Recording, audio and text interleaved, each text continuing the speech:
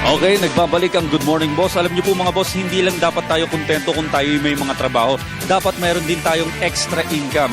At magandang magsimula tayo ng mga small business. At upang alamin natin kung ano ba yung mga available na small business gaya ng small cart business, ay panoorin natin ang ating segment na ETC.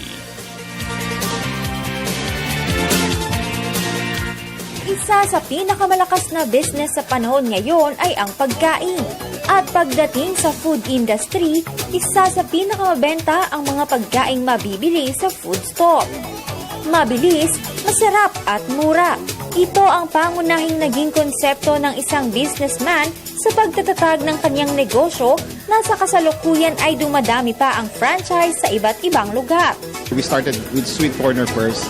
And after 80 outlets nationwide, we thought of coming up with another concept. Nagkataon mahilig kami sa takoyaki. Pero yung takoyaki actually na authentic, medyo pricey, mahal siya. At the same time, very fishy, may aftertaste, malansa. Si Mrs. kasi baker, we thought of coming up ng takoyaki with Pinoy twist. Patok sa mga mamimili ang Pinoy version ng takoyaki na mas murang gawin at mabilis lutuin. Na ginawa naming mura, 28 for 3 balls. Tapos yung squid, tinanggal namin ng lansa. We pulverize it, naging powder. At saka may maho, chicken flakes at saka pork floss. Tapos nilagyan namin ng Pinoy sauces like sweet sour at saka chili sauce. No? Mas mababa ang puhunan dahil sa isang set ng makukuha ang mga kagamitan para sa food stall at ang mga ingredients na kakailanganin for takoyaki preparation. Magandang simulan ang negosyong takoyaki food cart dahil sa pagiging friendly product pricing at efficient marketing strategy. Actually, magandang food cart dahil if you will notice, no, lahat ng food carts, ang binibenta nila yung most saleable item in a particular restaurant. Pagka medyo nakahanap ka mas magandang pwesto, madali siyang i-transfer. Second, it's a low capital.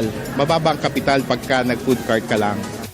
Actually, there's a study by the DTI, ang pinaka-safest to enter into business is franchising, through franchising. So, sa akin, no, if you will franchise, halimbawa, pag-isipan nyo kung ano interest nyo. Pag nakita ko yung interest, you can start from there. Huwag nating isipin yung pagiging empleyado for the rest of the life. Mag-ipon tayo, kasi ganun kami. We started from, saving money from our paycheck.